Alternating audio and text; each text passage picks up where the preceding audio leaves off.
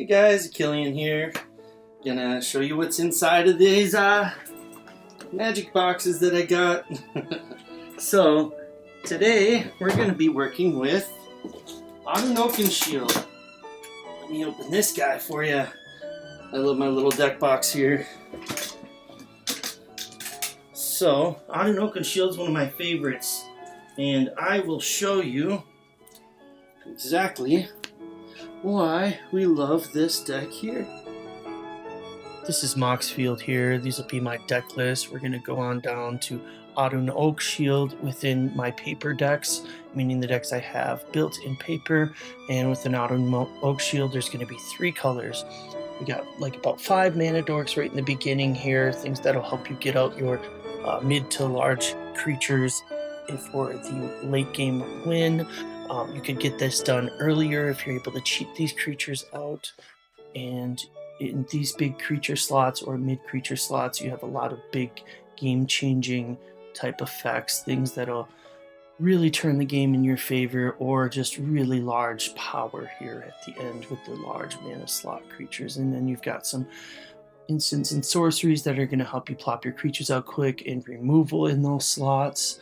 And then you're going to have some mass removal and mass cheating of creatures. And then you have some mass draw card effects, things that'll draw you large amounts of cards, because you're going to need that. And then here's the artifacts that are going to help accelerate you and draw you cards. Same with the enchantments. Here we've got the lands. You want about 39 to 42 lands within your land slot. Not everybody decks is going to look the same. So when you're looking at the actual cards here, I wouldn't expect to buy these exact cards, just kind of go with these exact numbers and game strategies for this sort of deck here. So this deck is going to be cheating out creatures quick and getting rid of things in a very large way.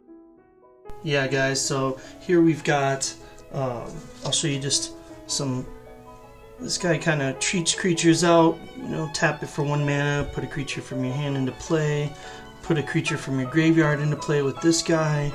This lets you play creatures and stuff from the top of people's libraries when he enters the battlefield. When this guy attacks, you get to play a creature from your hand into play and have it come in attacking, so that's kind of useful. This right here makes everybody sack a creature, but then you get to return a creature. Rise of the Witch King is really good. And then we've got Reanimate, 1 mana, put a creature into play, classic card.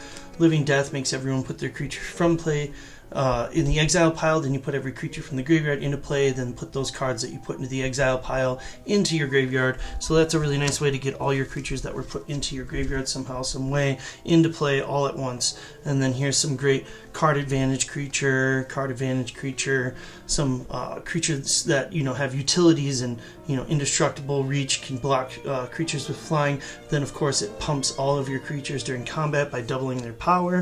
You always want to play your basic lands here, guys. Play about 3 of each. 3 swamps, 3 forests, 3 mountains. I mean, those are just the colors for this deck. We've got Worldspine Worm as a finisher, and Galta as a finisher here.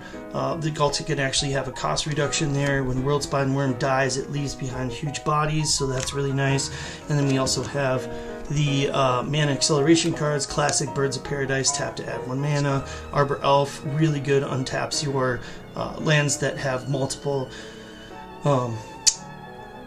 mana production, and so like this will untap a forest, but it can also have a land that taps for a mountain as well. And then we have artifacts and things like that add mana, do things for you, draw a card, so that's pretty good.